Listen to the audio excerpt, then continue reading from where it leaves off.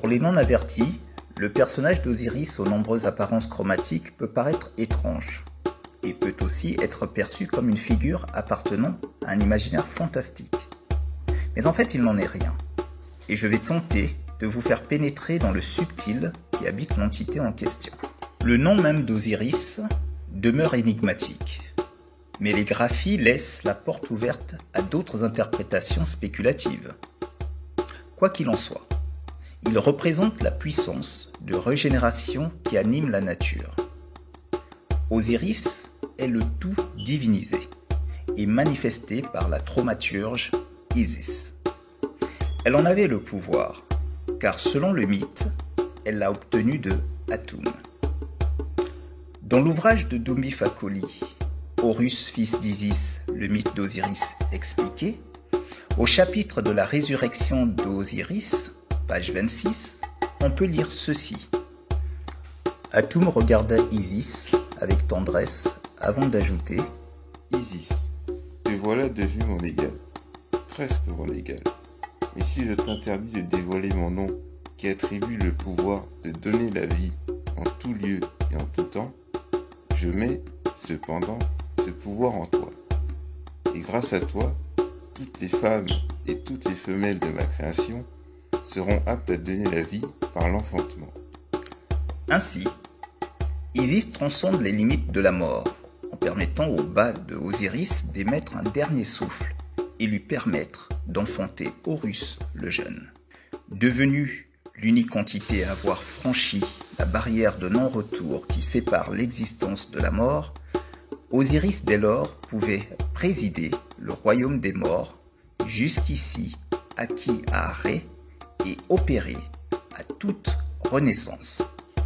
Ancêtre divinisé, Osiris était Atum au même titre que tous les couples parèdres de notre cosmogonie.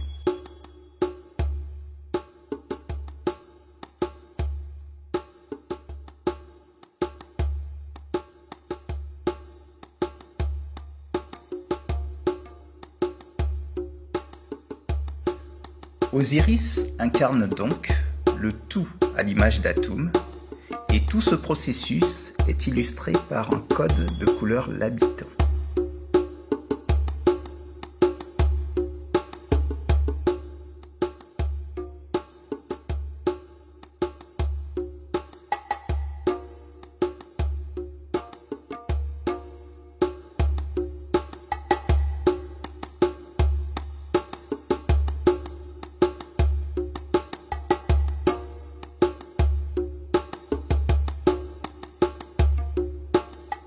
Tantôt représenté en noir, tantôt en vert, en bleu clair.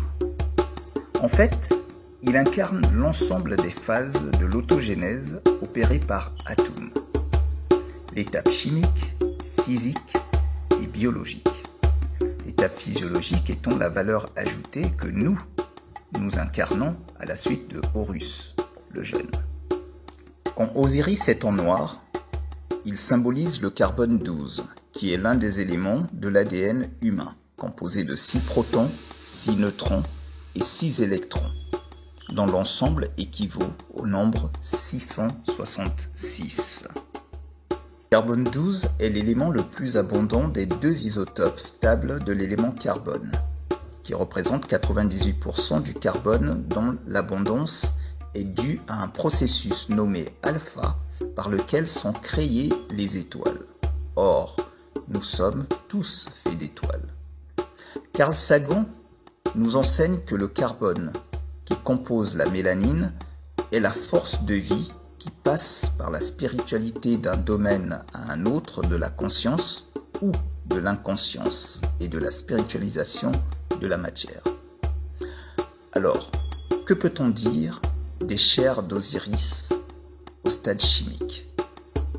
En science, la couleur noire est la racine de toutes les couleurs, basée sur la géométrie atomique moléculaire ou la géométrie matérielle de toutes les substances basées sur la façon dont les fréquences de la lumière interagissent avec la matière, et où les fréquences de lumière ou de réactions chimiques présentes dans tout organisme contenant de l'ADN déterminent à terme le comportement d'une espèce.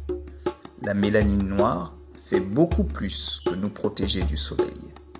Elle est un récepteur d'énergie produit par l'épiphyse du cerveau ou encore appelé troisième œil et que beaucoup d'entre nous connaissent sous le nom de glande pinéale. Plus le cerveau produit de la mélanine noire, et plus cette substance mélanique que nos imaku, nommée KEM ou CAM, accroît nos fonctions cérébrales, intellectuelles ainsi que toutes sortes de capacités physiques réelles. Alors, au stade biologique, que peut-on dire? Quand Osiris est représenté en vert, il est une divinité à l'origine agricole, une divinité de la fertilité et de la croissance végétale. Osiris semble être à l'origine une divinité en rapport avec la végétation renaissante, auquel on attribue les destins annuels du sol terrestre. Les chairs du dieu peuvent être représentées de ce fait en vert, couleur de la végétation renaissante, ou en noir, couleur du limon fertile. Du stade physique, on dira que Osiris, quand il est en blanc, cette couleur est celle de l'hydrogène. Le grand mathématicien nigérian Gabriel Ayibo a également prouvé que la forme géométrique de l'hydrogène qui compose les particules est le seul élément stable des 117 autres éléments restants formant l'hydrogène et qui est appelé secrètement par les scientifiques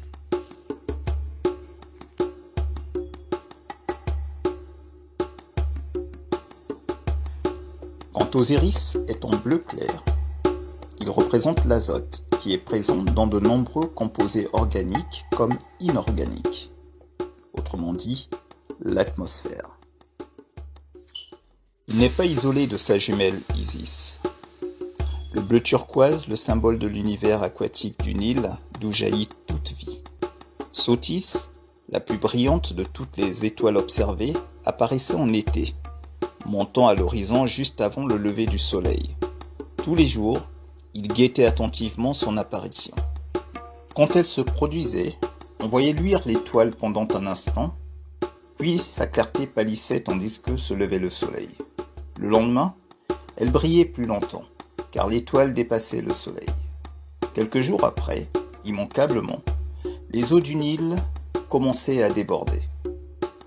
La crue du fleuve amenait la prospérité agricole. Ainsi, comme nous avons pu le voir, la cosmologie et la cosmogonie, plus connues sous le concept de l'Ogdoad et de son corollaire l'Énéade, bien plus que des mythes, sont l'énoncé de la création sur le plan chimique, physique et biologique. La conscience de chaque époque est la synthèse cumulative des potentiels humains déjà réalisés depuis les origines, de la même façon que l'individu de la conception à la naissance passe par toutes les étapes de la vie humaine depuis la genèse de l'humanité. Chacun, à son époque, continue donc d'avoir les mêmes qualités que nos ancêtres, qualités qui caractérisent les génomes humains. En ce sens, chacun de nous est un spécimen de l'espèce, incarnation de l'universalité humaine. Or, la philosophie politique kamite dit que chacun de nous est unique en son genre et constitue par conséquent une singularité irréductible. C'est en vertu de ce qu'on appelle l'individu depuis la conception jusqu'à l'âge adulte. Le fait de se situer dans l'Énéade revient à se considérer comme point de départ d'une nouvelle généalogie. Et une nouvelle généalogie ne peut se concevoir sans liberté. Et les moyens de préserver la liberté sont dans la préservation de la vie, la liberté, la volonté et la justice. Maat.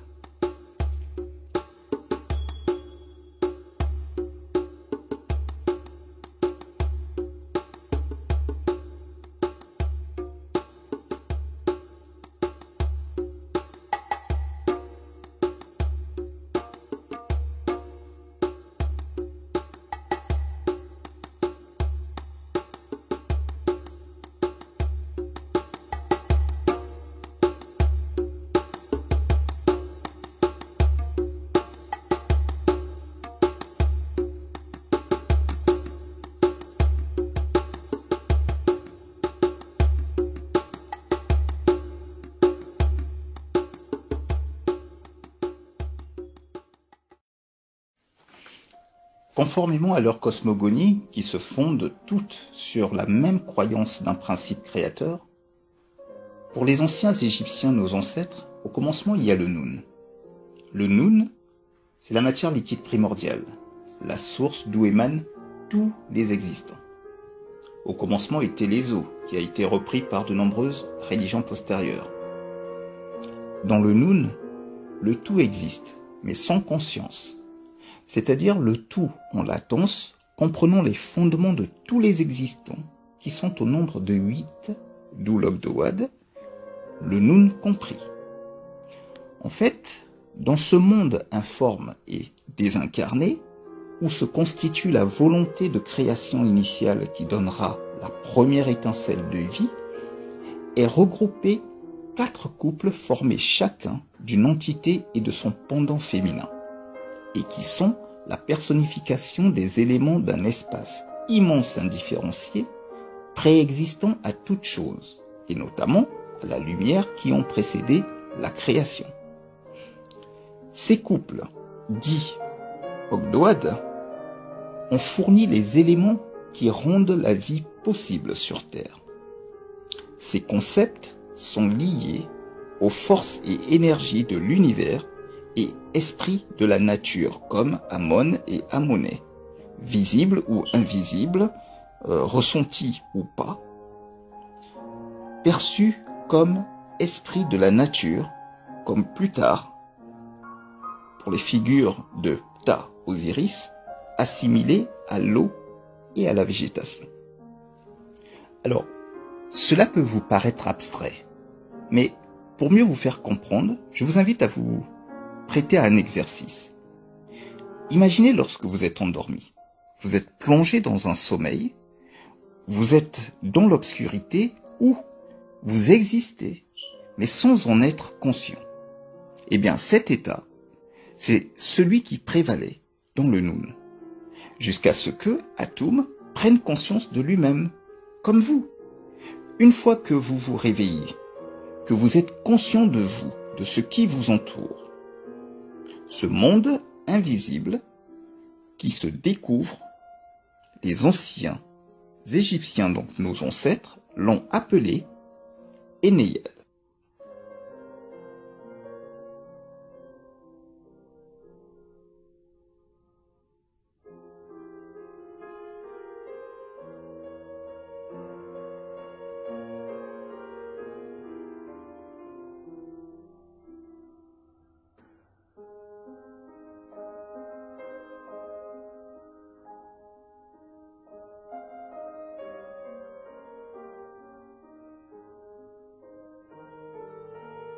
Donc c'est l'étape qui succède à l'Ogdoad. Et là, on n'a plus 8 entités, mais on en a 9 cette fois-ci. Mais je reviendrai dessus plus tard. Et celui qui incarne le mieux cet aspect de la création est Atum. Sauf que lui incarnera ce qui peut se voir et qui se ressent. Car dans l'Ogdoad, avec Amon, nous avions ce qui ne pouvait se voir, bien que pouvait être ressenti.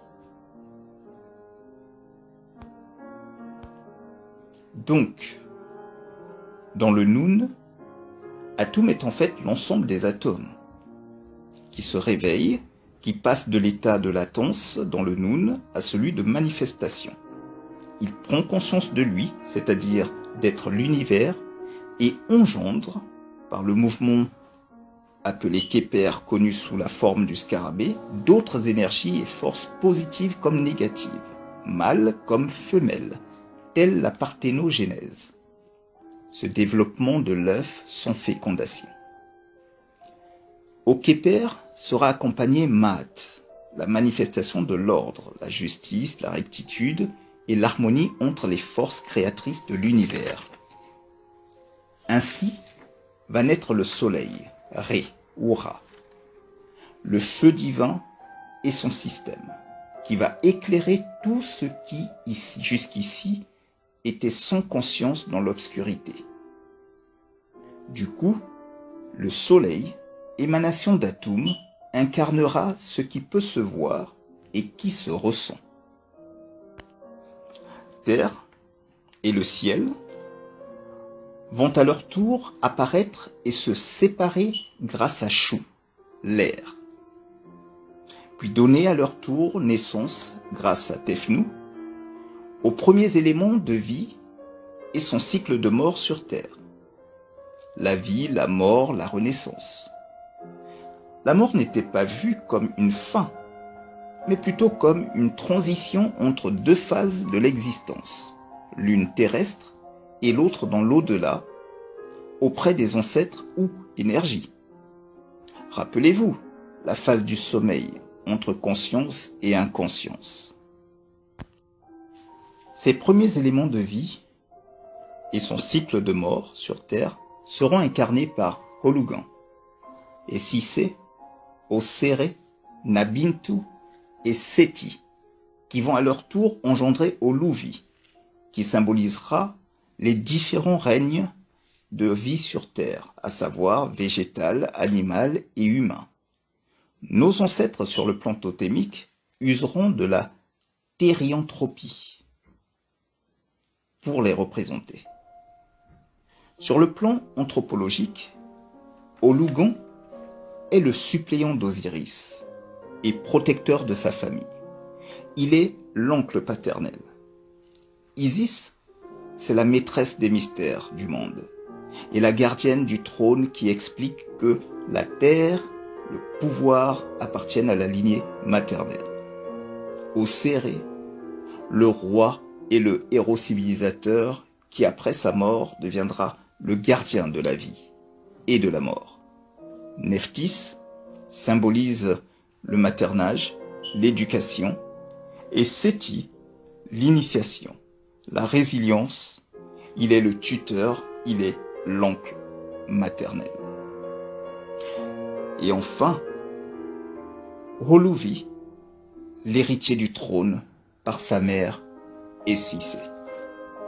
En somme, la divinité égyptienne incarne en fait des forces et énergies appelées Nétier, à l'origine de l'univers et la vie terrestre, et non des dieux ou dieux au sens romain ou des livres dits saints. Ces divinités, à travers le totémisme, serviront de modèle de rectitude aux humains. Par exemple, nous avons la divinité Toete, ou Thoth, qui en moyenne Égypte est présentée comme étant l'entité principale considérée comme le créateur du monde. Il a inspiré chez les Grecs Hermès, assimilé à Apollon par les Romains, et retrouvé chez les Celtes à travers Lugh, puis Toutatis, qui se dit aussi Teutates, soit Thoth Hadès. Toété, divinité des Égyptiens, et Hadès, le dieu des enfers gréco-romains, devenu Toutatis chez les Gaulois. Mais Toété, qui est une divinité majeure du panthéon égyptien, doté d'une grande intelligence, était considéré comme le dieu de la science, de l'écriture, connu tantôt sous la forme d'un babouin. Il aurait transmis la science aux premiers hominidés, tantôt sous celle de l'ibis, doté d'une grande intelligence, de l'art et de la sagesse qu'il aurait transmis à l'homme 2 fois sage, sapiens sapiens.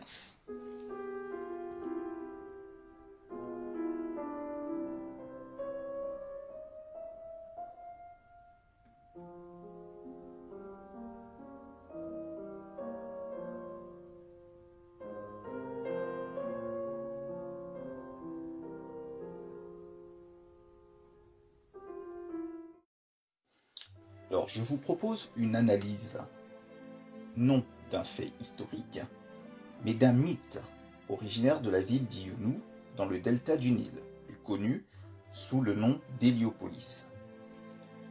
Ce mythe attribue à Nout, la voûte céleste, associée à Geb, l'élémentaire, d'avoir engendré 5 et non 4 enfants. C'est un des récits les plus détaillés et les plus anciens de la création à travers le quintuplé que sont Olugan, Séti et Sisé, Néphaïotas. La prononciation, bien évidemment, pouvant varier en fonction des langues, mais plus connue sous les noms grécisés de Aroïris, Osiris, Seth, Isis et Nephthys. Alors les mythes et les légendes du monde entier sont des métaphores culturelles à caractère psychologique qui parlent sous différentes formes des lois constitutives du fonctionnement de l'univers, la grande unité cosmique, et de ce dont l'homme a besoin pour se réaliser dans son chemin de vie. Ils expriment l'œuvre de la nature. Ils montrent, par les actions des divinités et autres entités archétypales, la voie et la manière pour les humains de les reproduire. Je me propose donc de réinterpréter ce mythe et faire le lien avec certaines de nos institutions politiques et sociales. Ceci n'est donc pas une analyse sur un fait historique, mais à partir d'un mythe fondateur. Vous savez, un mythe peut faire l'objet d'une interprétation, et c'est justement ce que je me propose de faire et que je soumets à votre critique. Dans le cadre de cette analyse, que ressort-il du mythe? Grâce au soleil et l'humidité, la terre et le ciel donnèrent naissance à 5 enfants. Le fait qu'il y en ait 5 est lié au fait que c'est le nombre de l'harmonie et de l'équilibre, celui de Maat, sans quoi rien de stable n'existerait. Et cet équilibre engendra les conditions idéales à l'apparition de la vie et des hommes parfaits. Ré Metu. Cette harmonie incarnée dans ce chiffre allait habiter le corps et l'esprit. Le 5 se retrouve dans le corps humain. Les 5 doigts de la main et des pieds, les 5 sens, les 5 membres, 2 bras, les 2 jambes et la tête, le buste étant le centre. Les 5 os formant le métacarpe, le métatarse et la boîte crânienne, etc. La manière d'écrire le chiffre 5 dans l'Égypte antique témoigne de la portée et de la fonction de ce chiffre. Le chiffre 5, en effet, était écrit comme le 3 au-dessus de 2, car de la dualité naît la pluralité. Ainsi donc, ces 5 enfants vont être la modélisation de la famille kamite et inspireront sous l'égide de la Maat les fondements de la société kamite que les suivants d'Horus, premier-nés et aînés des Bantous, appliqueront dans le cadre de l'Ubuntu. Nous avons donc en présence un célibataire, 2 couples, dont un stérile. La Maat n'excluant pas la nécessité ou la possibilité du trouble, ce dernier sera présent dans la vie des quintuplés issus de la terre et du ciel. Selon le mythe, Osiris fut le premier des pharaons régnant sur l'Égypte, aux côtés de son épouse Isis. Notons d'ailleurs que en Nubie, effectivement, la figure d'Osiris comme étant roi et héros civilisateur est bien ancrée, tandis que la figure du Osiris en tant que divinité est plutôt égyptienne. Ceci dit, il est bon et sage, juste, ce roi Osiris.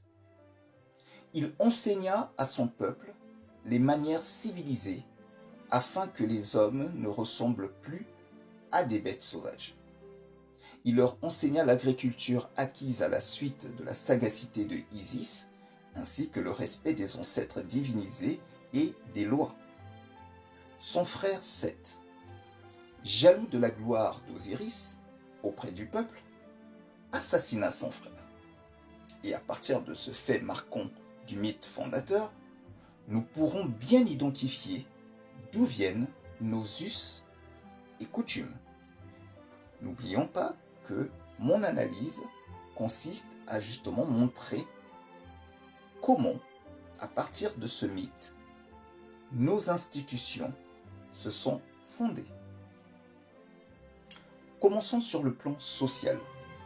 Nous avons Osiris et Isis, qui ont un enfant, puis Seth et Nephthys, qui sont sans enfant.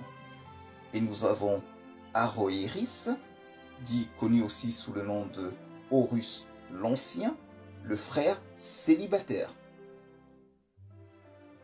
À la mort de Osiris, va se poser la question du tuteur de l'enfant, car chez nous, la femme, la mère isolée, n'existe pas. Seth, ayant été jaloux du père et étant à l'origine de sa mort, il ne sera pas le candidat idéal, bien qu'étant l'oncle maternel. Sa légitimité de père, mère, rendue caduque en raison du crime. En revanche, Osiris a un frère aîné, Horus l'Ancien, Aroëris, Kholugan, dont le nom en égyptien, Or-Ur, signifie Horus le Grand ou Horus l'Ancien. C'est donc lui qui va jouer ce rôle, et c'est ainsi que chez nous, les célibataires n'existent pas, puisque les enfants de nos frères ou sœurs sont aussi les nôtres. C'est donc ainsi que l'on a Hathor, mère d'Horus, entendu Horus le Jeune, et qui, ou plutôt à qui, certains textes donnent plusieurs surnoms, comme Sokaris ou Sokaret, et la décrivent comme le bas d'Isis. À vrai dire, c'est Isis. Et son mari, c'est Kholugan, c'est Horus l'Ancien, et non pas, comme souvent il peut être présenté, Hathor, qui serait marié à Horus, sous-entendu Horus le Jeune. Non, ce qui n'a pas de sens. C'est son mari, mais au sens où, à la mort de son petit frère, il récupère son fils et sa femme, du moins la femme du frère, pour en prendre soin. Comme cela se fait chez les Nuer d'Éthiopie ou les Zoulous. Lorsqu'un homme meurt, la veuve reste la femme du mort. Le frère n'est que son substitut et les enfants sont tenus pour les fils du défunt. Il s'agit de perpétuer la lignée du mort et le culte des ancêtres lignagés. Ce principe n'est pas à confondre avec le lévira des Hébreux, où lorsqu'un homme meurt et que sa femme n'a pas dépassé l'âge d'enfanter, le frère du mari doit cohabiter avec la veuve afin de lui donner des enfants. Coutume que les Africains ont depuis adoptée, puisqu'ayant depuis pour repère l'abrahamisme. Donc, comme je vous l'ai dit, Isis ou Hathor, c'est la même personne. Donc, Isis ou Hathor donneront donc le sein à Horus le Jeune, car il s'agit de la même personne.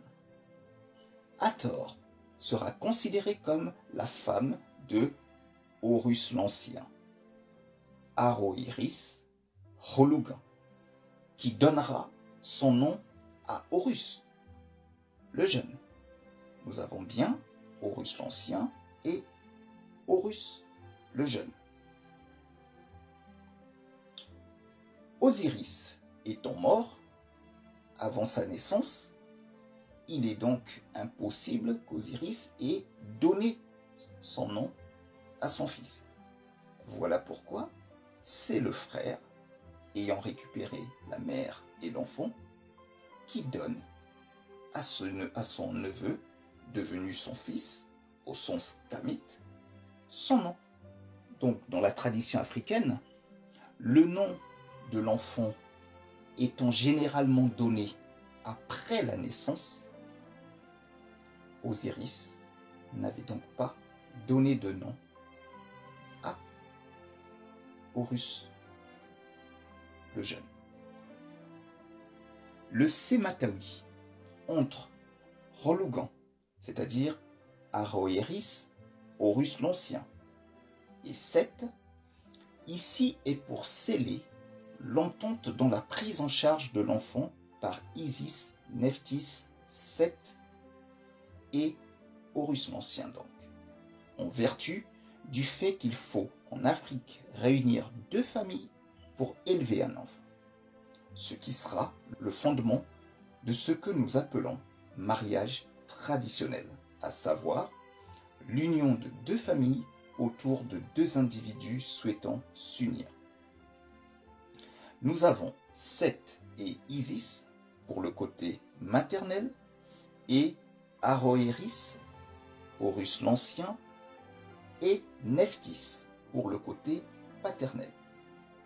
Ainsi, le mariage, condition sine qua non avant d'envisager d'avoir un enfant chez nous kamites, devra être validé par les deux oncles, c'est-à-dire l'oncle paternel et l'oncle maternel. Évidemment, avec le leadership donné à l'oncle maternel. Sur le plan politique, nous avons Osiris, qui est le roi, parce qu'ayant épousé la détentrice du trône Isis. En effet, le pouvoir en Afrique appartient aux propriétaires de la terre, à savoir les femmes, puisqu'en tant qu'entité à l'origine de l'invention de l'agriculture, elles firent les premières à posséder la terre. Voilà pourquoi Isis porte le trône sur sa tête. Mais à la mort de Osiris, en l'absence d'héritier, c'est l'oncle maternel, donc Seth, le frère de Isis, qui devait devenir roi. Et Seth savait cela. C'est la raison pour laquelle il voulait priver Osiris d'une descendance. Mais c'était sans compter sur la science créatrice de Isis, qui donnera, contre toute attente, un héritier à Osiris. Aoëris, Horus l'Ancien, ou Rolugan, fera valoir le droit de son neveu à monter sur le trône, car c'est lui, et non Horus le Jeune, qui n'est encore qu'un enfant, qui mène bataille contre Seth. D'où le Sématawi, de nouveau scellé entre lui et Seth, mais cette fois pour le partage du pouvoir en deux couronnes, l'une du nord et l'autre du sud. Séma signifie unifié et Tawi est l'union des deux terres, le mariage du nord et du sud. Vous savez, le pays et le foyer sont confondus. C'est ainsi que le vocable pour désigner le pays est, dans les langues africaines majoritairement, le même pour désigner le foyer. Donc, sur le plan politique, nous parlerons d'union et sur le plan social, d'alliance. La terre et le pouvoir appartiennent donc à la lignée maternelle, mais les garants en sont les deux oncles. Donc l'oncle paternel en politique et l'oncle maternel sur le plan social, ou plus précisément matrimonial. Voilà. Donc, cette interprétation que je viens de faire là, bien évidemment, se présente comme une thèse, mais rassurez-vous, c'est une thèse cherchant antithèse pour faire synthèse. Je vous invite donc à commenter ce travail que je viens de produire là. Hotep.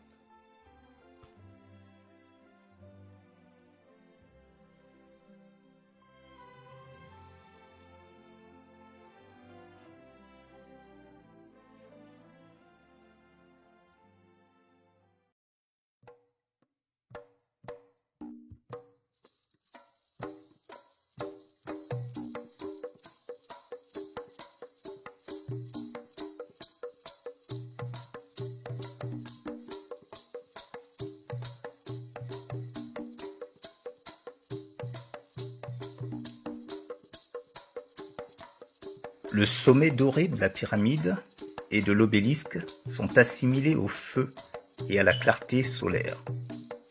Le volcan incarne la trinité phylogénique entre la femme, l'homme et la divinité vectrice Atum, issue du Nun, la matrice. La pyramide elle-même pourrait symboliser un volcan et ses stades de lave en terrasse ou en coulée. Voilà pourquoi la femme, liée à la pyramide, est plus proche de la source créatrice que l'homme. Observez que c'est dans les chambres des pyramides que le Fari attend sa renaissance. Et c'est dans les chambres du volcan aussi que se prépare la renaissance volcanique. À partir du volcan, je vais essayer d'expliquer, justifier la circoncision et l'inexistence de l'excision dans la tradition kamite, et encore moins dans notre imaginaire. Ce qui va suivre n'est qu'une thèse, cherchant antithèse pour faire synthèse. Le volcan incarne la dualité de la divinité et du fœtus avant la 8e semaine embryonnaire quand se détermine l'un ou l'autre sexe, mais aussi, de façon générale, l'homme et la femme, même si au niveau de l'apparence, il va plus rappeler l'homme. Le volcan est plus proche de la femme que de l'homme. Le son des règles peut être comparé à la lave et la vulve au volcan qui contient cette énergie intérieure, primitive et féconde. Le même principe fertile est associé aux deux. Une chose est certaine, de nombreuses traditions lui confèrent le sexe féminin. Il est donc le mixte de l'obélix et de la pyramide. Les volcans sont source de destruction, mais aussi de fertilité à travers les cendres suite à la coulée de la lave, comme les menstrues annoncent la destruction par leur présence ou la fécondation par leur absence. Comme les volcans, les femmes sont à l'origine de la naissance de la vie. La lave, plus précisément les cendres volcaniques, favorisent la fertilité, tout comme le flux menstruel prépare un nouveau cycle de fécondité de la femme. Je ne vous apprends rien si je dis que le sang, c'est la vie. Le cycle menstruel est intimement lié au cycle lunaire. Étrange coïncidence. Cycle lunaire, 28 jours. Cycle moyen, féminin, 28 jours. N'est-ce pas puissant et sacré de se dire que son corps suit le cycle de la lune? Le volcan, matrice d'énergie, est lié à Atum-Re, mais aussi à Isis, Sotis. C'est pour égaler la femme que l'homme se circoncie. Il fait couler le sang lors de sa circoncision, indiquant ainsi qu'il est capable, comme la femme et le volcan, d'être le canal d'apparition de la vie au-delà de la forme. Si la femme est naturellement comparable au volcan, à travers la lave et les cendres pour le volcan et les menstrues pour la femme, l'homme, lui, doit symboliquement les égaler. Ceci justifie l'existence de la circoncision chez l'homme et l'absence de sens de l'excision dans la tradition kamite. Comme dans la tradition, le volcan et la femme sont des émanations du divin sur terre. L'homme, par la circoncision, s'allie à eux pour devenir aussi une émanation du divin. C'est ce qui va inspirer les Hébreux dans l'évocation de l'alliance avec Dieu pour expliquer leur circoncision. C'est pas pour nous kamites le signe d'une alliance, c'est celui d'une ressemblance, une ressemblance avec la transcendance. Nous sommes comme des jumeaux. Nous sommes créateurs et devenons divins. D'où le principe de l'ancêtre divinisé. Alors pourquoi il n'est pas question d'alliance, mais de ressemblance? Il est question de la dualité comme potentialité primordiale engendrée par Atum l'incréé. Nous sommes hommes et femmes à la suite des couples parèdres de notre cosmogonie, principe vecteur dans la création et dont les potentialités sont inscrites dans le vivant. Dualité qui va de la naissance à la mort et que Atum pérennise lors de son combat contre Apophis pour générer l'Orem Mesut. Au même titre que nos ancêtres ont témoigné de la circoncision et non de l'excision, nous devons ignorer l'autre, car elle ne fait pas partie de notre réalité culturelle endogène. Certains pensent que la circoncision et l'excision sont l'harmonisation du divin dans l'humain. Or, l'harmonisation ne se base pas sur l'excision en effet, mais sur la circoncision qui est un moyen pour l'homme d'égaler la femme qui est réellement l'incarnation divine. Nous portons en nous l'androgynie, mais à un certain moment, nous faisons le choix d'être homme ou femme avant la naissance.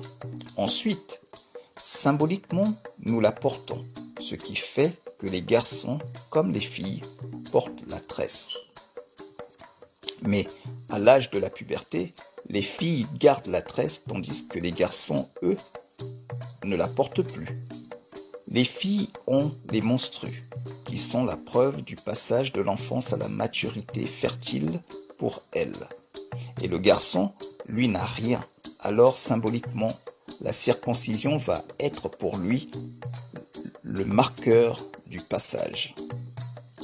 Atum n'a pas dit de limiter. Nous l'incarnons en termes de potentialité. Mais dans l'acte de création, nous avons chacun notre partition à jouer. C'est ça la complémentarité liée à la dualité. Ceci dit, nous savons la complicité qui lie Atum à Isis. La création par Atum n'est pas engendrée par une fusion en raison de la dualité, mais par une fission. L'harmonie est dans la différence, et c'est Maat qui la régule à travers la complémentarité, si on la respecte. La femme est la femme, l'homme est l'homme. Ce qui nous unit, c'est la divinité en nous. Le choix d'être homme ou femme n'est pas conscient puisqu'il se détermine environ 12 semaines dans le fœtus. Ce choix inconscient est l'injonction de Atum qui interdit de limiter en étant androgyne. En revanche, une fois le choix fait, nous gardons les potentialités de l'androgynie divine qui font qu'un chirurgien peut faire d'un homme une femme ou d'une femme un homme. Mais le don de la vie est réservé à la femme vraie en raison de l'intimité qu'elle partage avec Atum. Personnellement, je rejette la thèse des Dogons qui valide l'excision, du moins selon certains initiés. Je précise sur l'excision car ce peuple fait partie de ceux qui, à la suite des invasions barbares, ont quitté Tamérie, donc l'Égypte, et ont emporté dans leurs valises les tares des Ptolémées qu'ils avaient contractés. Et dans son livre, Hanouna nous apporte beaucoup d'informations sur les pratiques à ce sujet des Gréco-romains. Donc, pour conclure, il faut retenir ceci. Atoum livre une bataille infinie pour préserver la vie, Ankh, contre Apophis. C'est le même combat qu'il nous sommes de mener contre l'homosexualité et l'androgynie. On l'imite en étant homme ou femme et on l'incarne en portant les potentialités hommes et femmes en nous. Aucun sexe n'est dominant, ils sont complémentaires. Mais la femme a un plus. Voilà pourquoi nous les Kamites, nous l'honorons en la divinisant, alors que les autres la diabolisent. N'est-ce pas celle qui apporte tous les fléaux de la Genèse à l'Apocalypse? Voilà pourquoi ils la détruisent comme avec l'excision. La femme est le tout, elle est Nout, mais aussi Geb en apparence. Et la femme Imba, symboliquement, nous le rappelle. Mais elle a en plus le fait d'être la matrice et d'engendrer. L'homme est Geb, mais pour devenir un Osiris, il doit s'élever, tel un obélisque, à la hauteur d'une pyramide. Et par le biais du sang, faire la preuve de son aptitude à donner vie. Rappelez-vous, le sang, c'est la vie. Retenons symboliquement que c'est bien l'afflux sanguin qui lui permettra de s'élever. Et donc, pour égaler la femme et le volcan, par la circoncision en versant le sang. Hotep.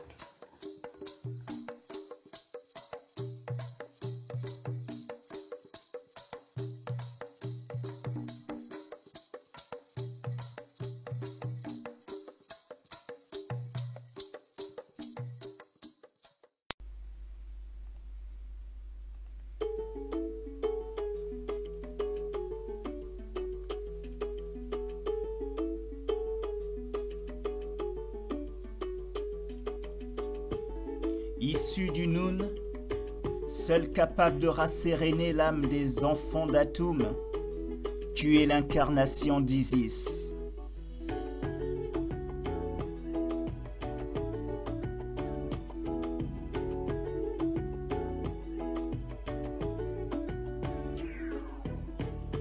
Né depuis l'aliénation de la côte du fils d'Odin, de femme kamite tu es passé à femme noire.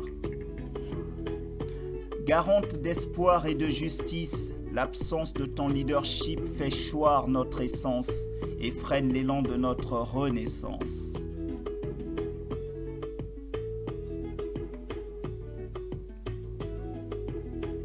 Ô femme kamite,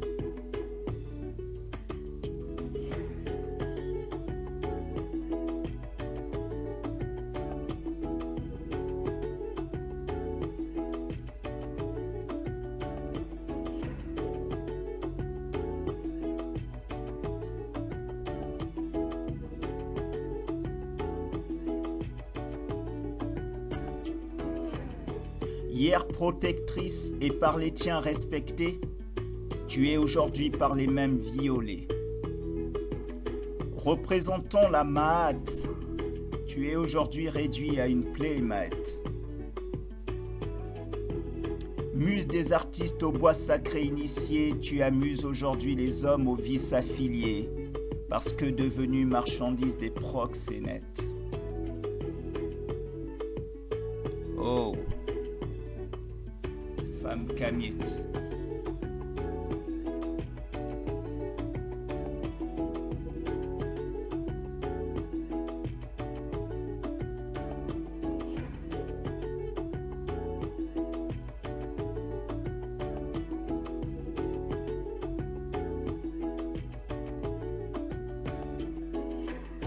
Appât du mercantilisme et fantasme des uns, voilés par leur offense à notre Vénus Khoikhoi, tu dévoiles le fond de l'intox en imposant tes formes innées, comme moule de référence au Botox.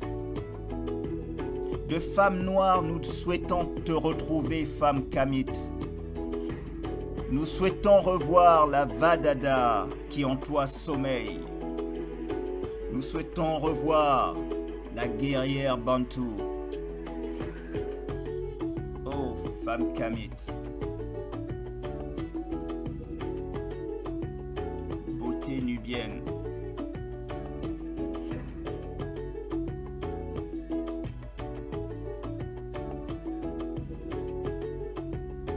Toi, l'incarnation d'Isis.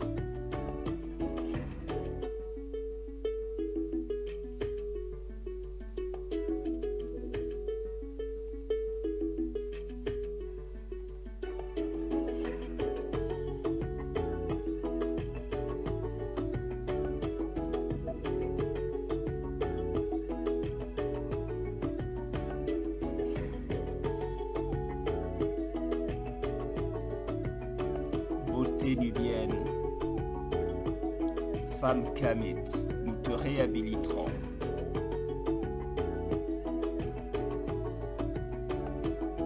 Nous te respecterons.